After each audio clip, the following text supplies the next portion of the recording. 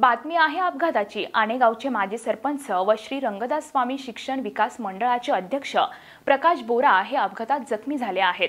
14 number लिंबा माथा येथे हा अपघात झाला आहे। पाहूयात।